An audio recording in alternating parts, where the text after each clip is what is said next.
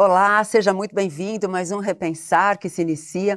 E hoje nós estamos num Repensar um pouco diferente, talvez possamos até chamá-lo de um programa especial, porque trata-se de uma gravação que fizemos no 8º encontro Caibar Schutel, que acontece em Matão todo ano, em homenagem a essa personalidade que é Caibar Schutel, que tanto trabalhou pela divulgação da doutrina dos espíritos. Nesse encontro, em homenagem aos 150 anos de nascimento de Caibar Schutel, nós conversamos com 2 escritores que estavam lançando seus livros. Neste programa de hoje, nós vamos trazer para você a nossa conversa com Cássio Leonardo Carrara sobre o livro O Som da Nova Era. O Clarim e seus maestros é o subtítulo desse livro. Vamos ver o que o Cássio nos conta a respeito desse livro. E eu tenho a alegria hoje de estar conversando agora com o Cássio Leonardo Carrara, que é o filho do meu amigo Orson Peter Carrara, e falar sobre esse livro, O Som da Nova Era, que tem como subtítulo, Cássio, O Clarim e seus maestros, não é isso? Exatamente. Bom, como que surgiu a ideia de escrever esse livro? De onde ele veio, né? Bom, saúdo primeiramente todos os presentes, os internautas também que estão nos acompanhando. Pois bem, eu era estudante de jornalismo na época, e aí a gente precisava pensar em algum projeto experimental, para fazer o trabalho de conclusão de curso. E eu estava meio perdido, não sabia muito bem o que fazer.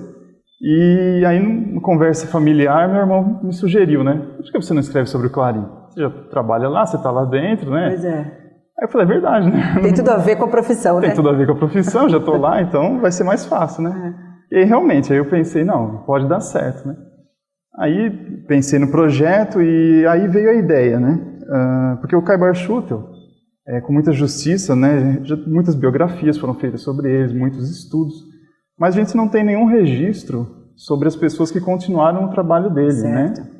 E era uma coisa que eu sentia falta, não existia nada que contasse as dificuldades posteriores, as pessoas, como elas conduziram. E aí eu tive a ideia de pesquisar o posterior, Começo com o Caibar, mas depois o posterior também. Por isso o Clarim e seus maestros, porque são os condutores de todo o trabalho, da revista, do jornal, dos livros. E aí... Por que o Som da Nova Era? O Som da Nova Era foi uma inspiração do slogan utilizado pela editora no centenário em 2005. Nos vários materiais de divulgação que eles produziram, eles utilizaram, no caso da editora Clarim, o Som da Nova Era. Então eu meio que aproveitei a deixa, que foi um slogan que eu gostei muito, acho que pegou, é muito interessante. E ele passa justamente essa mensagem do que é o Clarim, O som, por causa do instrumento musical do Clarim, e da Nova Era, que é a mensagem cristã, a mensagem espírita que está presente. Ela chega bem em alto e bom som para todo mundo, Em alto e bom som para todo mundo, de acordo com a intenção do Caibar, Pois é. E aí, então, fala pra gente o que é efetivamente a Casa Editora Clarim. Pois bem, a Casa Editora Clarim, ela foi fundada em 1905, aqui em Matão, pelo Caibar Schutel. A primeira publicação foi o jornal Clarim, publicado no dia 15 de agosto de 1905, a primeira edição. Aí depois do jornal começaram a vir os primeiros livros do Caibar, ele aprofundando mais suas pesquisas. Em 1925, com muito material internacional, ele resolve fundar também a Revista Internacional do Espiritismo, para aprofundar o conteúdo científico e filosófico das publicações. Segundo ele, o jornal era para as pessoas mais simples, Era esse o objetivo dele, uma linguagem clara, uma linguagem acessível. E ele tinha muito esse material do exterior, uma coisa mais científica e filosófica. E ele não tinha espaço no jornal para isso. Aí ele fundou a revista para suprir essa carência. Depois da revista vieram outros livros do Caibar e assim a editora continuou, Até hoje está nativa, o jornal e a revista ininterruptamente. E a editora já está com quase 200 livros lançados em 113 anos de história, E ela tem muito reconhecimento, tanto aqui no Brasil, também no exterior é muito conhecida, E ela procura manter o trabalho, de Caibar, os ideais dele, manter vivo o legado, de divulgação. É interessante, é importante se a gente também ficar pensando no passado, né? Kardec teve a mesma dificuldade de levar a doutrina, né? De mostrar, de esclarecer as pessoas. Da mesma forma, Caibar, né? Sim, porque foi muito difícil chegar a esse ponto que nós estamos hoje. Sim, a época dele, né, no início do século XX, ainda era uma época de muitos preconceitos, né? Um domínio, vamos dizer assim, na sociedade da Igreja Católica, e havia realmente essa perseguição, né, a todas as ideias novas. As pessoas, elas recebiam orientação para passarem longe das calçadas dos centros espíritas, né? O Caibar, ele começou as reuniões do centro e os padres não aceitavam aquilo, queriam acabar com as reuniões. Então, era um momento realmente de muita luta, né? Hoje em dia, a gente já pode, vamos dizer assim, usufruir de certa liberdade, né, de doutrina, de expressão, e muito disso graças ao trabalho desses pioneiros, né? Por isso que eu acho interessante a gente conhecer a história deles para poder valorizar e também traçar o futuro, né? Sem esse conhecimento a gente... E o que é interessante também é que a doutrina espírita, ela apareceu na França. Ela foi codificada na França. Mas ela veio para o Brasil, e o primeiro centro espírita que você conta aqui para nós, que foi fundado na Bahia, né, em Salvador. Mas acho que a grande divulgação do espiritismo mesmo é São Paulo, né? Sim. São Paulo é o grande divulgador, e Matão é um colaborador centro, né? Extraordinário com essa doutrina, sim, né? Eu acho interessante, por exemplo, uma cidade pequena, Matão era uma vila, né? Ainda é uma cidade pequena, mas naquela época era uma vila realmente.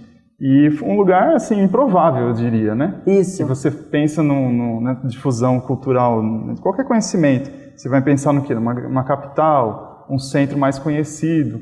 Mas não, partiu de Matão, uma cidade, né, inexpressiva, digamos assim, e ganhou o Brasil, ganhou o mundo. Ganhou o mundo, né? Então...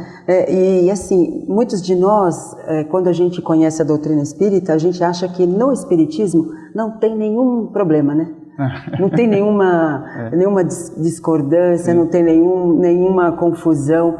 Mas você também fala um pouco dessa unificação que foi difícil também, né? Exatamente. Acho que ainda hoje se trabalha para isso, né? Ainda hoje se trabalha para isso. É um trabalho, eu diria, que a gente ainda está engatinhando. Isso. Ainda tem muita coisa para ser conquistada, né? E mais especificamente, eram 4 entidades no estado de São Paulo que surgiram no início do século, né? E cada uma delas com um propósito, com uma ideia diferente. Então era muito difícil realmente alinhar os princípios de como divulgar, de como tratar as obras, o estudo, né?